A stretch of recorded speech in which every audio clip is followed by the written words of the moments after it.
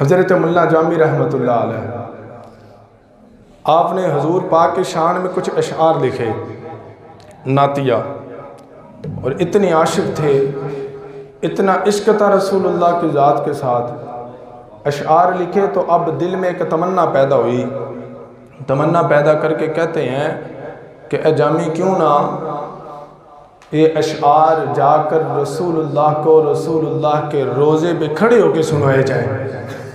تمنا پیدا ہوئی، اندر سے عشق نے اپنی لو لگائی، اندر سے عشق مچلا، عشق نے کہا کہ اے جامی چل رسول اللہ کے روزے پہ جاتے ہیں۔ ایک قافلہ مدینے کی طرف جا رہا تھا، جامی نے کہا قافلہ جا رہا ہے، ان کے ساتھ ہی مل جاتے ہیں۔ حضرت ملا جامی رحمۃ اللہ علیہ اس قافلے میں شامل ہو گئے، مدینے کی طرف جا رہے ہیں۔ ادھر وہ مدینے کی طرف جا رہے ہیں، ادھر حضور پاک صلی اللہ علیہ وسلم دربان مدینہ کے خواب میں آ جاتے ہیں، فرماتے ہیں کہ قافلہ آ رہا ہے میرے مدینے کی طرف، اس میں ایک ملا جامی ہے، ایک عالم دین ہے، بس اس کو اس قافلے سے نکال دو، وہ مدینے میں نہ آئے، اس کو نکال دو قافلے سے۔ رات پڑاؤ ہوا، وہ شخص آیا، گھوڑے پہ سوار تھا، آواز دے کے کہتا ہے ملا جامی کون ہے؟ تو جامی صاحب فرماتے ہیں کہ مجھے قافلے میں جانتا ہی کوئی نہیں تھا، میرے نام سے بھی کوئی واقف نہیں تھا، میں دوڑ کے کھڑا ہوا، میں نے کہا میں جامی ہوں۔ فرمایا کہ قافلے سے نکل جا، تجھے مدینے میں آنے کی اجازت نہیں ہے۔ حضرت ملا جامی اور پریشان ہوئے، سارا قافلہ سو رہا ہے اور جامی رسول اللہ کی محبت میں رو رو کے رسول اللہ کی نعت پڑھ رہا ہے، عشق میں ساری رات گزار دی۔ دن چڑھا، پھر قافلہ شروع ہوا، پھر قافلے نے آگے جا کے پڑاؤ کیا۔ اب جامی صاحب نے کہا قافلے والوں سے کہ ایسے کرو کہ تمہارے پاس بکریاں بھی ہیں، اب حکم تو یہ ہے کہ یہ قافلے میں نہ آئے، اس کو نکال دو۔ تو جامی صاحب نے کہا کہ میں بکری بن جاتا ہوں، میں جانور کی چال چلتا ہوں، جیسے بکری چل رہی ہے ویسے چلتا ہوں، کسی کو پتہ ہی نہیں چلے گا کہ جامی قافلے میں موجود ہے۔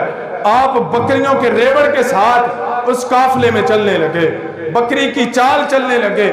رات پڑا ہوا، رسول اللہ پھر دربان کے خواب میں آ گئے، فرمایا تجھے حکم دیا ہے جامی کو روک دے۔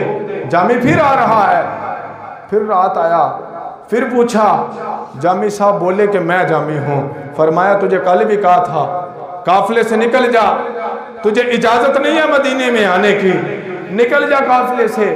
جامی صاحب اور تڑپے، عشق اور تڑپنے لگا، عشق کی آگ اور تیز ہو گئی، اتنی تیز ہوئی، اتنی شدت سے تڑپی کہ جامی صاحب تڑپ تڑپ کے رات گزارتے رہے، رسول اللہ کی شان میں اشعار بولتے گئے۔ صبح ہوئی، جب صبح ہوئی تو قافلے والوں نے کہا کہ نکل جاؤ۔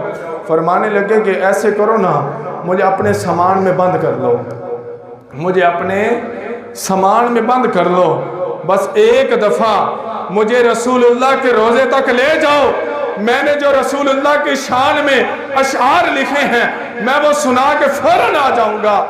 قافلے والوں نے مان لی بات، جامی صاحب کو سامان میں بند کر دیا گیا۔ رات ہوئی، پڑاؤ ہوا، رسول اللہ پھر دربان کے خواب میں، فرمایا تجھے حکم دیا ہے جامی نہ آئے، وہ پھر آ رہا ہے، روک اس کو۔ صبح ہوئی، پھر نکالا گیا سامان سے، فرمایا جامی تجھے کہا نہیں کہ تجھے اجازت نہیں ہے، رسول اللہ نے تجھے اجازت نہیں دی، تو رسول اللہ کے مدینے میں نہیں آ سکتا۔ فرمایا نکل جا۔